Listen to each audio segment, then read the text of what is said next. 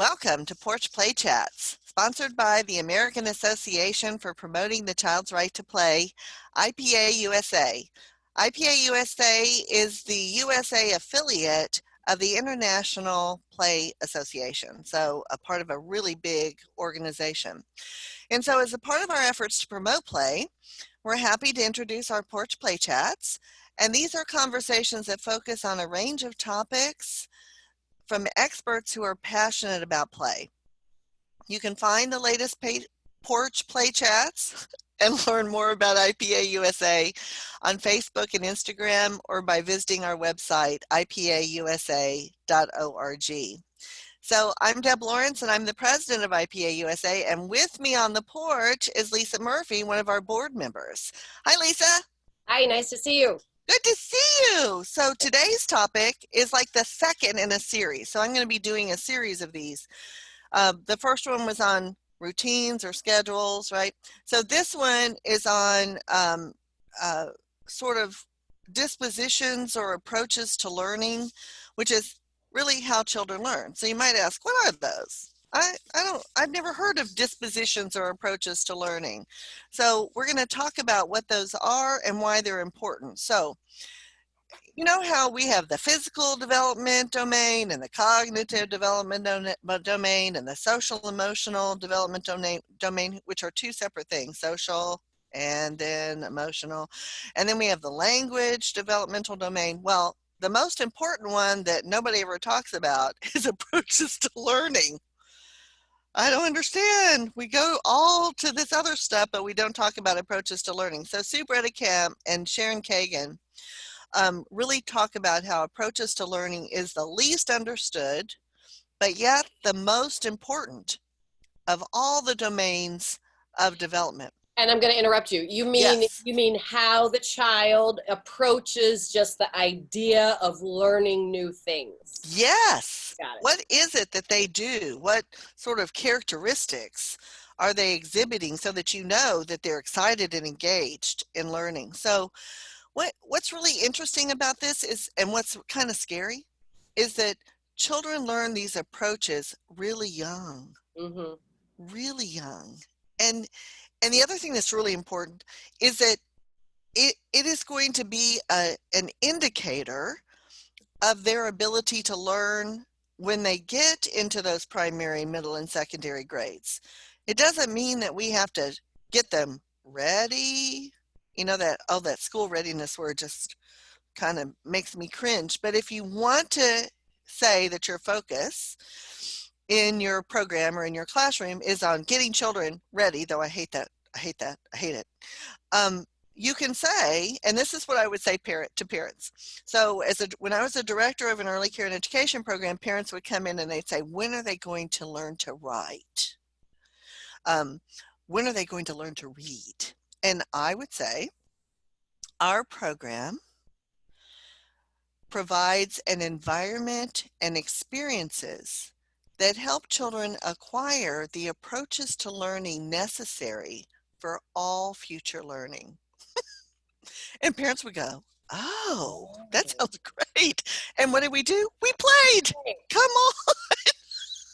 I know. It's like an eye-opening experience. But, you know, teachers will say to me all the time, well, parents think, all they do is play. And I'm like, yeah. And so what you have to do is convince parents as to why that play and what children are actually learning to get them ready. We need a new word, Lisa. Please come up with a new word, because I can't stand that word. Well, I'll interject here. Yes. Because I got to say it. Yes. I don't engage in readiness conversations anymore unless the person who asks about it defines for me what they mean by ready. What do you mean? Paint me a picture of what you mean by readiness, and then we can have a conversation. I think it's a great just be asked, are you getting them ready? What are you doing to get them ready? You need to paint me a picture. What do you actually mean by that? Yeah, what do you mean by that? And I think we get so stuck because sometimes as early care and education professionals, we don't feel like we're valued or respected, though I think perhaps with the COVID-19 crisis that we might become more valued and respected since parents have been home with their children for months. Yeah.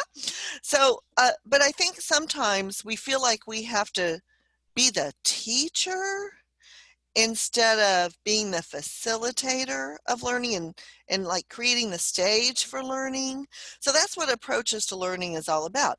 But I think the thing that really is frightening is they learn these things early Oh, and they're either supported or not supported by the environment and the curriculum and the daily routine that is in place. And so again, and the relationship factor. I mean, that oh my God, it has to be yes. there, right? If I don't like my teacher, I just want you to think back to being in middle school. Now, I don't know if I liked any teacher in middle school, so let's go to secondary.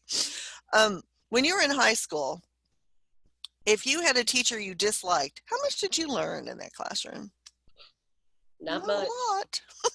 You were like about that teacher. And so, but if you had a teacher that built a positive relationship with you, then you were eager to go to class and you were interested in what they were learning about. A huge difference, a huge difference. So if we think about these dispositions or approaches to learning, and the words are interchangeable and it can sometimes get confusing, but it's really the same thing. And we think about them as the prerequisites for lifelong learning. It sort of helps us get a better handle on what they are. And we're going to talk about a few of them in a few minutes.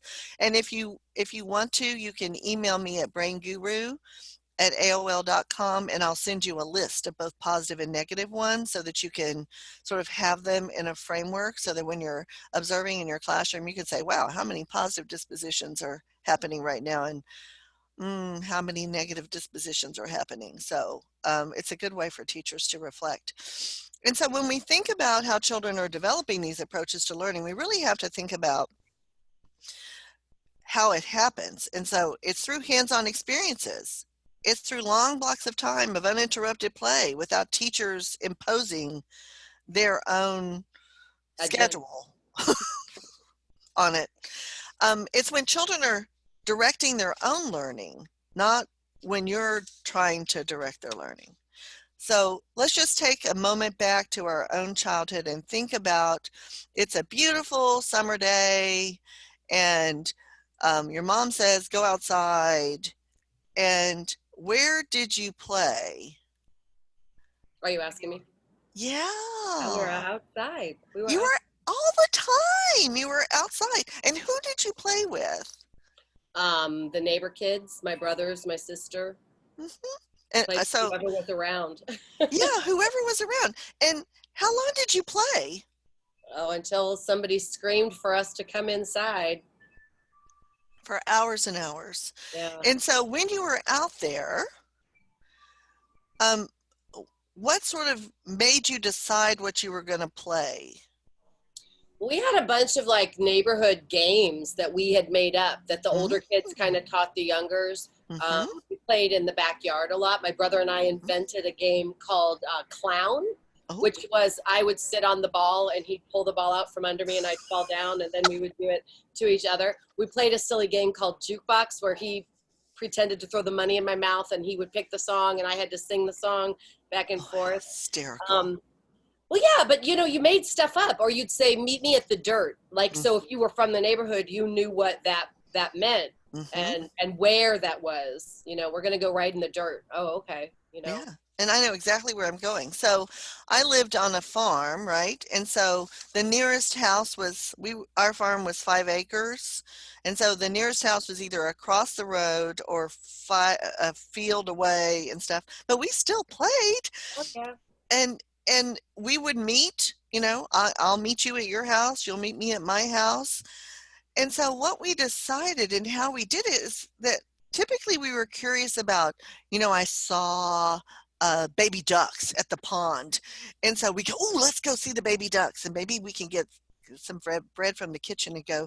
And so we would be curious about something and then we would go and we would get the bread and we would feed the baby ducks and we talk about how cute they were and we would describe them and we would name them and we would do all these wonderful things and we got so much pleasure out of it.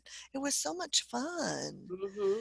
Mm-hmm. And then we'd say, well, so what else are we going to do? And then we'd explore something else. And so Bruce Perry talks about it as the learning cycle, right? And so the learning cycle starts with curiosity. Of And if course it I'm does. curious, I'm going to explore. And if I explore, I'm going to discover. And if I'm going to discover something, I'm going to get pleasure and want to repeat it because we know children learn through repetition. That does not mean flashcards, Right. right? Right. Oh my. So, and then once we repeat things over and over, we can begin to master it. I have to tell you, when I was growing up on the farm, I had a horse. And I will tell you, I learned after much repetition how not to get thrown from the horse, right? So I mastered being able to hold on enough so that But you were when he, still curious enough, right? And still to yes, get back up on the horse. It wasn't enough for you to be like, I'm done now. I'm done. No, I was Still curious very, about this whole process. I saw a poster one time in a director's office that said, I am a guardian of inquiry. oh, I like Isn't that it. beautiful?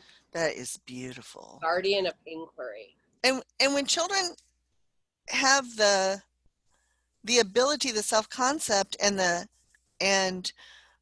persistence to get up and try it again, then they master much more stuff. And so that's what dispositions are. They're these approaches to learning. So curiosity, pleasure, exploration, discovery. I'm reading off a list. Persistence, taking risks. That's a whole nother day. They're engaged. They're excited. They want to investigate things that they're interested in. They're seeking answers. Remember the why? Why? As teachers, we shouldn't get frustrated with that. We should be excited about it. Mm-hmm. Sometimes when children are having positive dispositions, they're problem solvers. Oh, what could we do? Oh, we could do this. Think of all the games you played when there was a problem, or think of all the conflicts that might have happened when there was a group of kids together and you all resolved that conflict without an adult putting you in timeout or an adult telling you how you were going to resolve the conflict. And Exactly. so dispositions are really lifelong skills. I mean, you need these things to be good in a job later on. So you Well, might as well and in your learn list, now. I hadn't seen your list before, but it sounds to me like a character description of a child with high levels of self-regulation and executive function skills as well. I And mean, again, they have to practice those things. And if we don't give them opportunities to do that, then how are they going to be able to learn it? It's crazy. So then there's negative dispositions. So think about which ones you might see in your classroom or even in your home if you're a parent listening to this. And so those negative dispositions are when children get frustrated, when there's no materials and they have to ask you for everything. So they become very dependent, and not only dependent on adults getting them things, but dependent on adult approval. mhm, Do you like it? Oh, really, people? Is this right. not, does the child like it? How do you feel about it? It's your piece of work. So, I remember they are acquired early, and whether it's positive or negative, they're reinforced by the environment, the interactions, the curriculum, the activities. Oh, so be careful out there. When children are apprehensive, Like too or cautious. yeah, and know that there are some, like I've said this like in the other porch play chats, but we have 3 kittens, and temperament's a whole nother day, so we're not going to go there. But he's fearful, and then I have a flexible one and I have a feisty one. How we did that, I have no idea, but we did. And so Beazle will watch. And so we have to respect that he would rather watch and then he'll play, but Mhm. he's a little more fearful. So it's not that they're I don't want you to think they're They're not afraid. shy or Well, timid. so Mimi Shenfield talks about that we need the kid who stands on the sidelines just as much as we need the kid who is putting Yes, on the show, right? exactly. I'm still participating, Hmm. but maybe it's in a manner that is different. Yeah, maybe I'm a watcher. That's how I learn.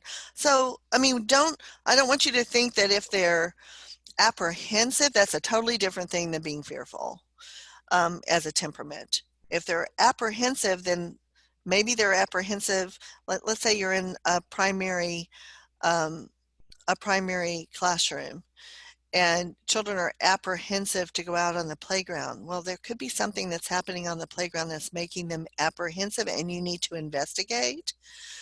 But not yet, right? So not yet. We're gonna look at those differences. Sometimes children avoid things. Now, everybody avoids cleanup, right? Happens.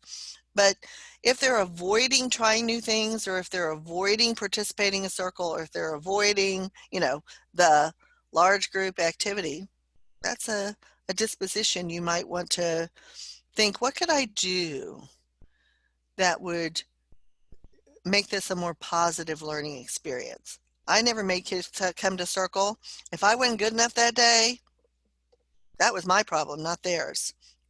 They were still singing the songs that I was singing. They were still doing the finger plays I was doing. They were still listening to the story. They just didn't have to be there kicking and punching their friends, right? So everybody was much happier. Sometimes kids get overwhelmed and bored. Those are negative dispositions. Sometimes they give up. I can't do it. And that's because they've had too many instances where people have not supported them and they have perhaps failed. Or the other thing that I think is really scary is the research that was done by the I'm sorry, I have to say it again, the National Scientific Council on the Developing Child, which really says when we expect things that children are not yet able to do developmentally, then we're creating this feeling of incompetence in them. So, I've been in toddler classrooms where they're doing flashcards saying, "What's this letter?" They can't do that yet. I've been in classrooms where pre-K teachers want them to sit down and write their name. And sure, all kids want to learn to write their name, but you have to pick up when they're ready to do it, not when you think they should be doing it. There's a difference between development and their chronological age. Yeah, so don't do that to kids, because when we do that, when we ask them, and I will tell you, I was in a classroom and the teacher was saying, "What letter is this?" with flashcards. No, don't use flashcards. "What letter is this?" And one of the child took a risk and said A, and she said, "No, it's a B. We did A minute ago." Now, how many more risks do you think a child's going to do if that's how they're responded to? So, I mean, we really have to be careful about it. So we don't want to induce stress, which, lowers our thinking in the brain. And we want to make sure that children have positive learning experiences, not negative ones. So as you work with children, I want you to think about whether they are developing these positive dispositions of learning, or if the classroom, and it doesn't matter what age, it could be infants, toddlers, preschool, kindergarten, primary, middle, secondary, even in post-secondary. And when I teach college courses, I want students to be engaged and excited and interested, and I want them to be active participants. It's the same stuff. And so we really have to think about, does our classroom promote negative dispositions or positive dispositions? And what can I do to fix it is the other big piece. So there's two great people who have done lots of research on dispositions or approaches to learning. One is Lillian Katz. So search for articles by Lillian Katz. She's done an amazing job. She was like the first one who said, what are these things? And we need to pay attention. And the other one is Mary Lou Hyson. And Mary Lou wrote a wonderful book that I read at least once a year called Enthusiastic and Engaged. So search for Enthusiastic and Engaged, you'll find it.